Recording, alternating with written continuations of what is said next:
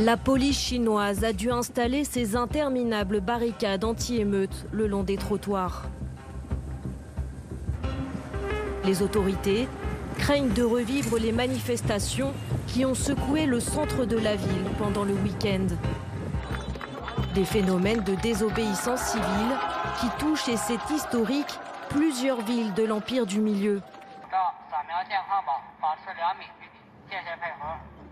Les citoyens chinois rejettent la très stricte politique zéro Covid. Dans certaines grandes villes, alors que les cas augmentent, les confinements sont plus contraignants que jamais. À Pékin, la plupart des restaurants, bars et commerces sont fermés et les habitants doivent constamment se soumettre aux tests.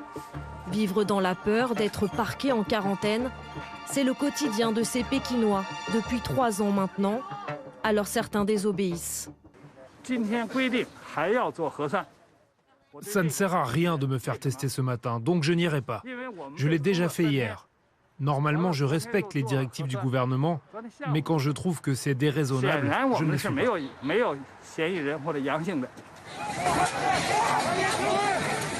La gronde surgit le 24 novembre. Ce jour-là, de violentes manifestations éclatent sur le site industriel de Foxconn, sous-traitant d'Apple.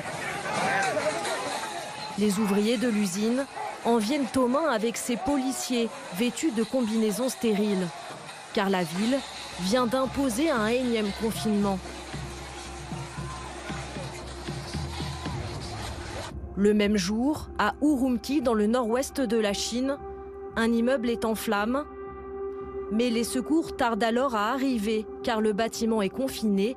Bilan, 10 morts. Pour beaucoup, c'est un drame de plus de la stratégie zéro Covid.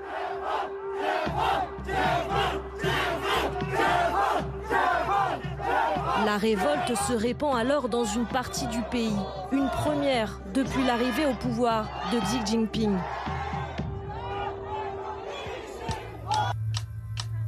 À Wuhan, ville symbole où le premier cas de Covid-19 dans le monde a été détecté, les manifestants s'en prennent aux barrières qui barricadent les rues confinées.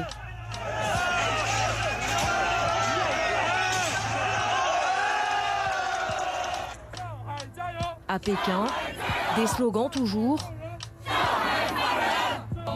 et des bougies pour rendre hommage aux victimes de l'incendie dans la ville d'Urumqi.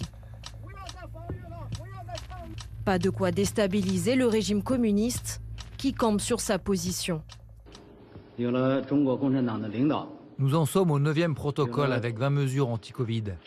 Avec la direction du Parti communiste chinois et le soutien du peuple, notre combat contre le Covid-19 sera une réussite.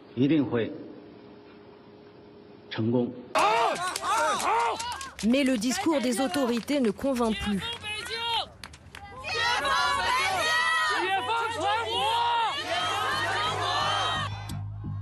Certains habitants à bout n'ont plus peur de dire leur exaspération après 3 ans de politique zéro Covid. Ça suffit, on ne veut plus de ce dépistage à grande échelle. Ça ne sert à rien d'être aussi intransigeant. On espère que de plus en plus de gens auront le courage de rejoindre le mouvement. C'est notre objectif. Les citoyens chinois qui descendent dans la rue prennent de grands risques. Ils tiennent des feuilles blanches devenues le symbole de la contestation. Ce type de rassemblement est tout à fait inhabituel ici en Chine.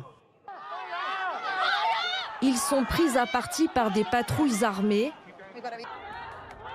Ce journaliste de la BBC est menotté et violemment interpellé.